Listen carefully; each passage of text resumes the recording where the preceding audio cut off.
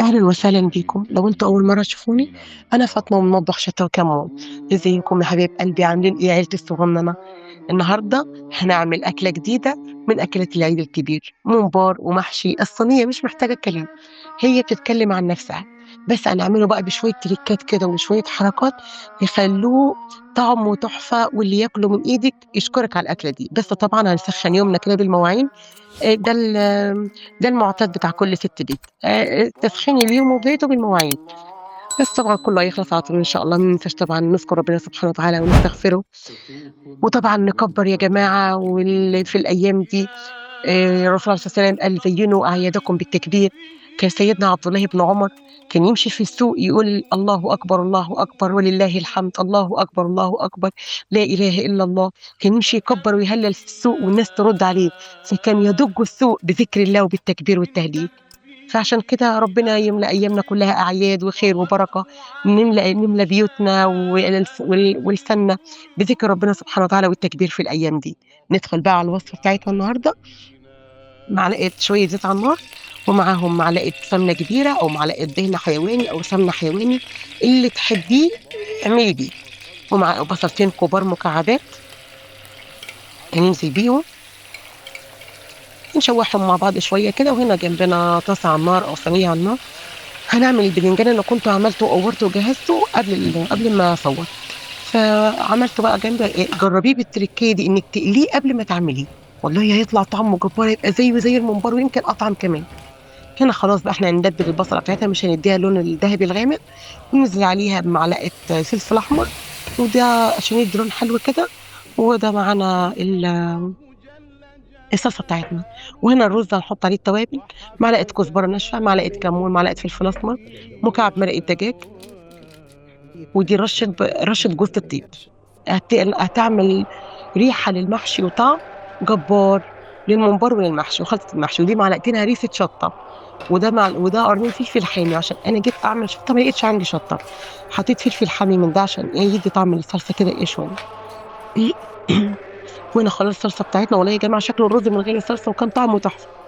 هنا الصلصه بتاعتنا خلاص نزلنا بيها، ودي معلقه بابريكا. وهنا خلاص الخضره بتاعتنا خلصت. هنقلبهم بس كده مع بعض، ونحشي الممبار. نبدأ بالممبار بتاعنا بقى عشان يفيد منه، نكمل بيه بقية حشو الأكل بتاعنا تاني.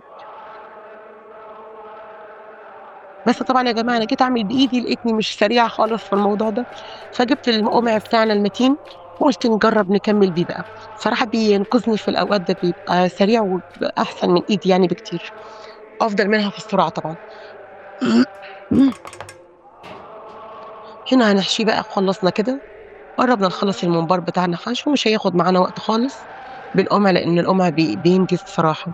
هنا خلصنا. انا كنت رحت كده تقريبا كان حد بيخبط على الباب، فتحت الباب ورجعت تاني. وهنا بقى دي معلقه فلفل اسود على معلقه ملح. هنعمل بيهم هنمسح بيهم كده الكوسه والفلفل من جوه، لان الكوسه والفلفل بينزلوا الميه بتاعتهم يا جماعه، ومش بيشربوا الملح اللي احنا بنحطه على المحشي. وهنا كده خلاص بقى احنا خلصنا المحشي بتاعنا. وهنا بقى الصينيه على النار، هنحط فيها توابل شوربه: ملح وفلفل اسود وكزبره وبصليه كبيره ومتقطعه شرايح وطماطمايه وقرن فلفل وتوابل الشوربه وكل المنكهات بقى طبعا اللي بتحبيها عشان نسوي فيها الممبار. نقعد قرفه ونسيبها شويه بقى تغلي كده وتاخد وتدي مع بعض بشكل ودي كده لحد ما طعم المنكهات دي يطلع في الشوربه بتاعتنا. وهنا الحله دي بقى بصلايه متقطعه شرايح وطماطمايه وقرن فلفل ومعلقتين صلصه من اللي فاضل من المحشي، ونرص المحشي بتاعنا ونركنه على جنب بقى عشان نسوي الممبار. هنا بقى كده خلاص نزلت الممبار.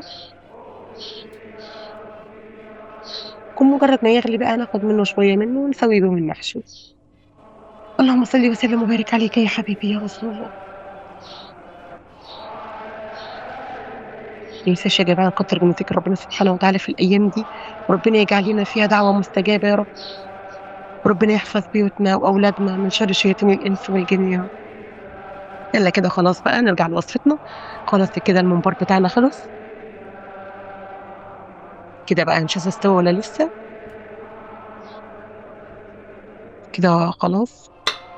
معلقة كده خلاص دخلت فيه يعني معقول كده هو مش محتاج حاجة كتير، فنطفي عنه النار ونسيبه كده على السخونة بس بتاعة الشوربة تخليه يروح زي الزبدة، ونحط رشة ملح وشوية زيت من البتنجان من زيت العيد في البتنجان يا جماعة، والله ريحته بس بيدي الأكل طعم تحفة، بالذات مع أي محشي لو داخل فيه البتنجان. وهنا بقى ننزل بشوية شوربة، أصلا الشوربة لوحدها بتاع الممبار والله ما كانت محتاجة إن أحط أي مواد دهنية خالص على المحشي، بس هي برضه حلوة.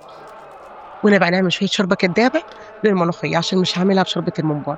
هنا مكعب مرقة دجاج ومعلقة سمنة و... وشوية كزبرة ناشفين وورقة لورا وخلاص على كده. والشوربة بتاعتنا تغلي ونظبط الملح بتاعها ونركنها على جنب وننزل فيها الملوخية بقى، ونشوف هنعمل إيه تاني. ركزوا معايا بس عشان ما توهش من هنا بقى كده خلاص. زودنا الزيت بتاعنا شوية والممبار بتاعنا هننزل بيه خلاص كده استوى كده، المغرب بقى كان خلاص قرب يأذن بقى خلاص. نكمل بقية فطارنا بقى. ننزل بالممبار يا جماعة ايه، بصوا التركية اللذيذة دي بقى، هننزل ببصلة متقطعة شرايح مع قرنين فلفل حامي، وجربي تقليهم بس كده وتشوحيهم مع الممبار وهو بيتقلي، والله الريحة والطعم واحنا بناكله كان جبار. يعني دي بس اللون الذهبي كده الحل، ونخلي بس البصلة تتشوح معاه، الريحة بس حلوة جدا والله العظيم، الريحة اللي تجيب بقى من آخر الشارع زي ما بيقول.